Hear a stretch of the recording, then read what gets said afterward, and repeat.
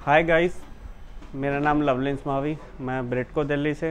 मैं आज आपको टिप्स वगैरह देने वाला हूँ पावर सेक्शन से रिलेटेड, कि जो हम अक्सर रिपेयरिंग में ये वाली गलतियाँ हमेशा करते हैं, तो उसके बारे में मैं आपको एक्सप्लेन करता हूँ।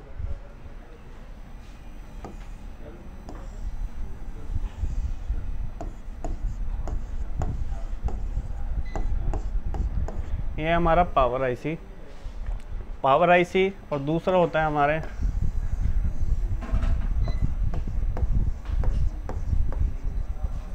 Secondary power. इसको लोग अक्सर जैसे इसको बोलते हैं पीएमआईसी और इसको बोलते हैं पीएमआईआईसी। ये दोनों नाम से हम मार्केट में या जो भी टेक्नीशियन से हम नाम सुन रहे हैं, मतलब main power IC, secondary power IC, PMIC और पीएमआईआईसी। अब इनका रोल क्या होता है? सबसे पहले हमारा फर्स्टली जो हमारा वीबैट होता है वो सेकेंडरी पावर के अंदर जाता है। सेकेंडरी पावर से हमारा एक वीपीएच पावर बनता है। क्या बनता है? VPH power. अब ये दो वोल्टेज हो गई हमारी, इसको भी बोलते हैं मेन लाइन, सेकेंडरी लाइन, पर इनका एक्चुअल में नाम क्या है? एक तो हो गया जो बैटरी कनेक्टर से आ रहा है वो वीबैट, और जो हमारी सेकेंडरी पावर आईसी दे रही है वो वीपीएच पावर। तो पावर जो मेन पावर हो रही है वो हमारी वीपीएच पावर पे काम कर रही है और वीबैट हमारी सेकेंडरी में जा रही है। अब इनका दोनों का क्या रोल है? सबसे पहले बात करते हैं हम वीबैट। जो हमारे पुराने सेट थे उनमें हमारा वीबैट सब जगह जाता था, पावर आईसी के अंदर भी जाता था, सब जगह जाता था टोटली, वीपीएच पावर नहीं था। तो उसमें जैसे हमारा बैटरी फटने का डर था, बैटरी ब्लास्ट होने का डर था।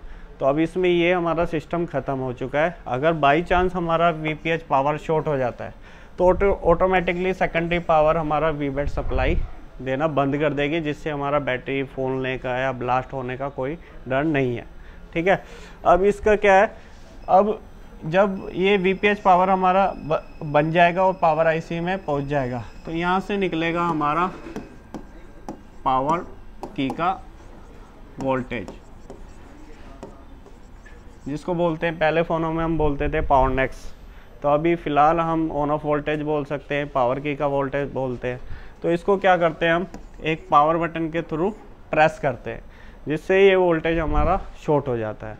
तो अब इसी के बारे में बताऊंगा कि पावर आईसी जो हमारा पावर नेक्स वोल्टेज है वो आ रहा नहीं है। ठीक है। दूसरा आ रहा है पर पावर बटन दबाने के बाद हमारा कोई भी वोल्टेज बन नहीं रहा या बूट नहीं कर रहा या सेट हमारा ऑन नहीं हो रहा। तो इसके बारे में अगर हम बताएं कि फर्स्टली हमें चेक करना है, एक बैटरी लगानी है फ़ोन में, और ये फर्स्टली कोई भी टेक्नीशियन है सबसे पहले ये वोल्टेज चेक करता है, on off voltage. On off voltage को उसको ग्राउंड से शॉर्ट करेगा। उसके बाद भी हमारा सेट ऑन नहीं होता। अब ऑन ना होने के कितने कारण हो सकते हैं? या तो हमारा ये वीपीएच पावर बन नहीं रहा, मतलब जो हमारी सेकेंडरी पावर है ये वीपीएच पावर बन नहीं रही। अब क्या करते हैं? अक्सर गलतियाँ करते हैं, बैटरी में वोल्टेज चेक कर लिया, बैटरी में 3.7 है, तो क्या करते हैं टेक्नीशियन, ये सेकेंडरी जो वोल्टेज होती है वीपीएच पावर, ये हम चेक करना भूल जाते हैं। ठीक है।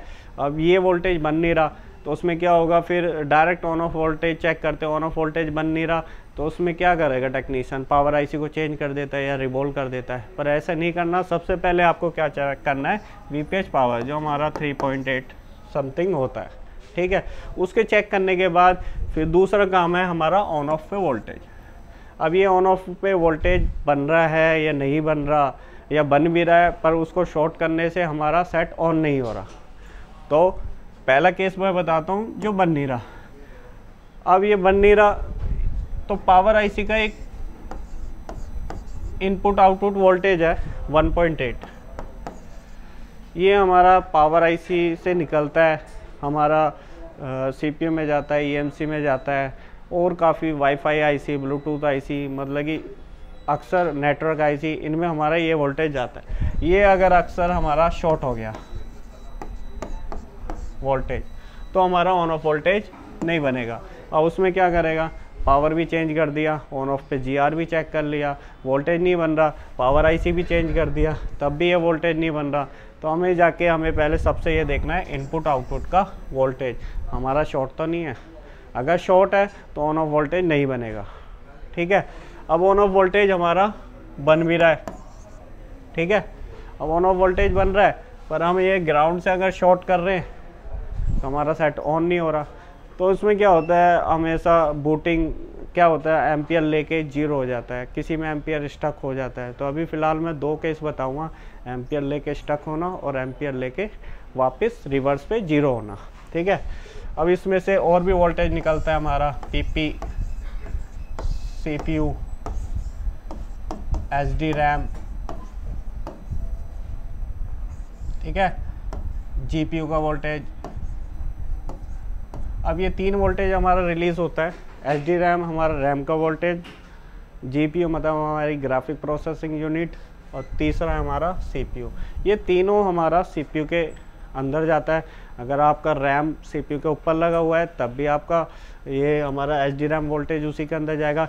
इनमें से कोई भी हमारा वोल्टेज शॉर्ट है तो आपका पावर बटन दबाने के बाद कुछ भी एम्पियर सेट नहीं लेगा या लेके 0 हो जाएगा, ठीक है। अगर ये तीनों वोल्टेज आपकी ओके हैं तो सेट क्या होगा, आपका एक स्टक कंडीशन में पहुंच जाएगा। तो स्टक कंडीशन में क्या फॉल्ट हो सकता है, हमारा EMC प्रोग्राम, EMC की हेल्थ ख़राब हो सकती है। तो ये केस हमारे होते हैं।